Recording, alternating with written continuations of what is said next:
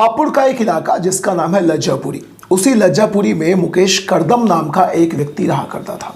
लेकिन 21 सितंबर की सुबह सुबह उसकी पत्नी प्रियंका जब अपने घर आकर देखती है तो बाहर से कुंडी लगी हुई थी। वो दरवाजा खोलती है, अंदर जैसे ही वो झांकती है, अपने घर में घुसती है तो उसकी आंखें फटी की फटी रह जाती हैं, क्योंकि उसके सामने उसका पति पड़ा हुआ था। उसके पूरे शरीर पर खून के बहुत ज़्यादा छींटे थे, पूरे कमरे में खून पड़ा हुआ था और उसके शरीर पर एक भी कपड़ा नहीं था सिवाय एक अंडरवेयर के। अब दोस्तों, इस केस को जब आप सुनेंगे तो आप भी पूरी तरह से चौंक जाएंगे। अब क्या है इस केस की पूरी डिटेल्स, मैं नीरज शर्मा आपको बताने के लिए आपको लेकर चलता हूं हापुड़ में। हापुड़ में एक जगह लज्जापुरी, और उसी लज्जापुरी में गली नंबर 10 में मुकेश करदम नाम का एक व्यक्ति रहता था। उसकी टेंट की दुकान थी, उसकी ज़िंदगी में सब कुछ बहुत अच्छा चल रहा था। पत्नी का नाम था प्रियंका, 2 बच्चे थे, 2 लड़के और 1 लड़की। सब कुछ बेहद अच्छा चल रहा था। लेकिन 18 सितंबर को मुकेश की पत्नी ने बोला कि उसे अपने मायके जाना है। अब मुकेश अपनी बाइक से उसे उसके मायके जाकर छोड़ देता है। उसके अगले दिन जब उसकी पत्नी मुकेश को फ़ोन करने की कोशिश करती है तो उसका नंबर कनेक्ट नहीं होता। 1 बार 2 बार 3 बार करती है लेकिन नंबर कनेक्ट नहीं होता। अब वो इस बात को आए गई कर देती है। उसे लग रहा था कि कहीं या तो हो सकता है कि आउट ऑफ रीच हो या फिर नंबर ऑफ हो गया होगा। लेकिन 21 सितंबर की सुबह सुबह जब वो अपने घर अपने भाई के साथ पहुंचती है तो उसकी आंखें फट जाती हैं, क्योंकि उसके सामने उसका हस्बैंड मरा हुआ पड़ा था। उसकी चीख निकल जाती है, आजू बाजू के लोग वहां पर इकट्ठा हो जाते हैं और आनन फानन में पुलिस को इन्फॉर्म कर दिया जाता है। अब पुलिस मौका वारदात पर पहुंच जाती है। पुलिस अपनी तरफ से पूरी कोशिश करती है कि इस केस को कैसे सुलझाया जाए। इसी सिलसिले में सबसे पहले बात होती है मुकेश की पत्नी प्रियंका से। प्रियंका से पूछा जाता है कि क्या तुम्हें किसी पर शक है? तो वो बताती है कि मुझे अपने जेठ पर और अपने देवरों पे शक है। जेठ और देवर से बातचीत की जाती है। पुलिस वाले जब उनसे बात करते हैं तो उन्हें उनको देखकर लगता है कि वो बहुत ज़्यादा मासूम है और वो ऐसी हरकत को अंजाम नहीं दे सकते। लेकिन अब पुलिस वालों के सामने और भी ज़्यादा बड़ी चुनौती आती है इस केस को सुलझाने की।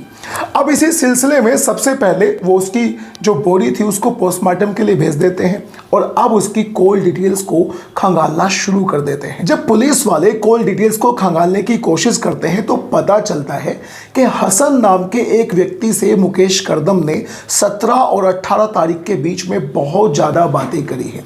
अब इस हसन नाम के व्यक्ति की पूरी कुंडली को पुलिस खंगालने की कोशिश करती है तो पुलिस को पता चलता है कि मेरठ में एक जगह है जानी, और उसी जानी में लगने वाला एक गांव धौलड़ी, उसी गांव का रहने वाला हसन है। लेकिन वो गाजियाबाद के मोदी नगर में एक जर्राह की दुकान पर रहता था। अब पुलिस सीधा सीधा उससे बात करने की कोशिश करती है तो उसका जो फ़ोन था वो स्विच ऑफ आ रहा था। पुलिस वाले सीधे उसके घर पहुंच जाते हैं। वहां जाकर देखते हैं कि केवल और केवल घर पर उसकी पत्नी है। पत्नी से बातचीत की जाती है तो वो पूरी डिटेल्स बताती है कि वो आपको मोदी नगर में फलाना जर्राह की दुकान पर मिलेंगे। अब पुलिस वाले सीधे सीधे उस जर्राह की दुकान पर जाते हैं, लेकिन वहां जाकर पता चलता है कि पिछले 3-4 दिनों से जो वो बंदा है यानी हसन है वो वहां पर है ही नहीं। अब पुलिस वाले हसन के फोन को सर्विलांस पर लगा देते हैं तो 25 सितंबर को उसका फोन ऑन होता है और उसकी जो लोकेशन थी वो हापुड़ के मोर्चरी रोड पर निकलती है। पुलिस वाले सीधा वहां पहुंच जाते हैं और उसको धर दबोचते हैं। दोस्तों, जब उससे बातचीत की जाती है तो उसके बाद एक ऐसा खुलासा होता है जिसको मुकेश करदम के घर वालों ने भी सुना तो उनकी भी पैरों तले से जमीन निकल गई। उससे बातचीत की जाती है। अब वो तोते की तरह बताना शुरू करता है कि अभी कुछ दिन पहले मुकेश की दोस्ती हो गई थी हसन से।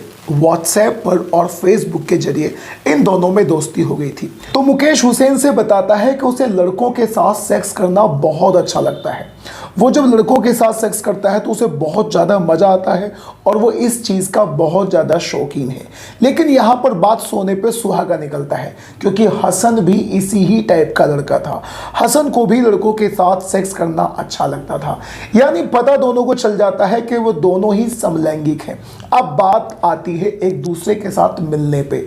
अभी तक ये लोग एक दूसरे को बाहर मिला करते थे, लेकिन इन्हें एक मौका चाहिए था आपस में एक दूसरे के साथ में सेक्सुअल रिलेशनशिप बनाने का। 18 तारीख को जब मुकेश को पता चलता है कि उसकी पत्नी को अपने मायके में जाना है, तो वो सीधा सीधा हसन से संपर्क साध लेता है, उससे बातचीत कर लेता है और अब इन दोनों में मिलने की एक प्लानिंग बन जाती है। तो मिलने के लिए जो जगह चूज की जाती है वो किया जाता है मुकेश करदम का ही वो वाला मकान जो था हापुड़ के लज्जापुरी में गली नंबर 10 में स्थित मकान। अब वहां पर ये लोग दोनों मिलना शुरू कर देते हैं। सबसे पहले ये लोग घर पर आने के बाद शराब पीते हैं और खाना खाते हैं और उसके बाद में ये राजी हो जाता है एक दूसरे के साथ सेक्सुअल रिलेशनशिप बनाने के लिए। तो सबसे पहले मुकेश हसन से बोलता है कि सबसे पहले मैं तुम्हारे साथ सेक्स करूँगा।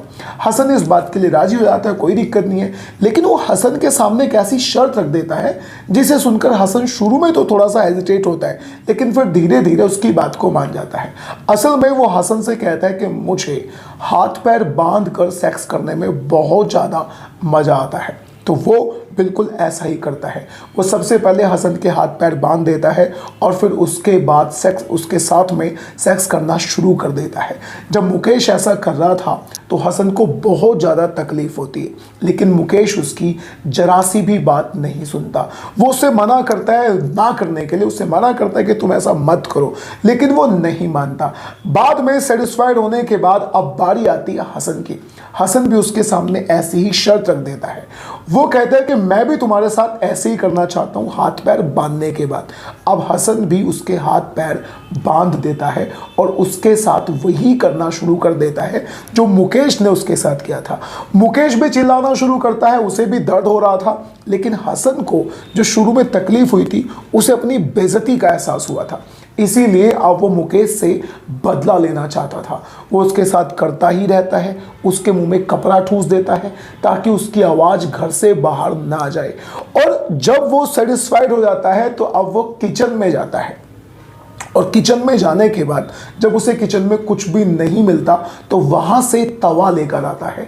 और इससे पहले कि मुकेश कुछ समझ पाता, उसे तो नॉर्मल ही लग रहा था, वो मुकेश के पास जाता है और मुकेश के सिर पर और उसके शरीर के बाकी पार्ट्स पर बहुत ज़्यादा तेज तेज वार करने शुरू कर देता है, जिससे मुकेश पूरी तरह से लहूलुहान हो जाता है। पूरे कमरे में खून फैल जाता है, उसकी पूरी बॉडी पर खून फैल जाता है और उसकी मौके पर ही मौत हो जाती है।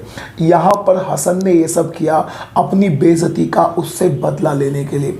उसके बाद में वो वहीं से रात को भागना चाहता था, लेकिन कहीं ना कहीं उसके दिमाग में आता है कि रात को जाने के लिए न जाने उसे बस मिलेगी या फिर नहीं मिलेगी। फिर वो सारी रात उसकी लाश के साथ वहीं पर सोता है, उसके पास वहीं पर बैठ जाता है और सुबह 4 बजते ही वो वहां से निकल जाता है। अब ये सारी जो घटना थी मुकेश और हसन के बीच में, इस बात का अब पुलिस को पता चल चुका था।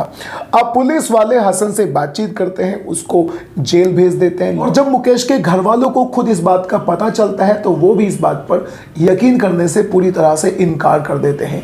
लेकिन अब हसन तो झूठ नहीं बोल सकता ना। अब हसन को पकड़ा गया। पुलिस वालों ने हसन को सबसे पहले मुकेश की फेसबुक प्रोफाइल को खंगाला, व्हाट्सएप को खंगाला और उसकी वीडियो, उसकी जो कॉल डिटेल्स थी उसको खंगालने के बाद एक कैमरा भी वहां पर था, जिस कैमरे में हसन की पिक्चर आ गई थी। कहीं ना कहीं हसन को यह भी लग रहा था कि वो पकड़ा जाएगा। इसी बात को चेक करने के लिए वो हापुड़ में बार बार आ भी रहा था कि इस केस में किसी को पकड़ा गया है या फिर नहीं पकड़ा गया है। अब दोस्तों, इस तरह के रिलेशनशिप के बारे में मुकेश और हसन का जो एक रिश्ता था, क्या वो ठीक था? मुकेश पहले से ही शादीशुदा था, उसके 2 बच्चे भी थे, उसने अपने बच्चों तक का भी ख्याल नहीं किया। अब आप लोगों का क्या कहना है इस केस के बारे में? अपनी राय कमेंट बॉक्स में जरूर दीजिएगा। और अगर आपको crime documentaries, crime web series और क्राइम स्टोरीज को सुनना अच्छा लगता है तो do subscribe to this channel.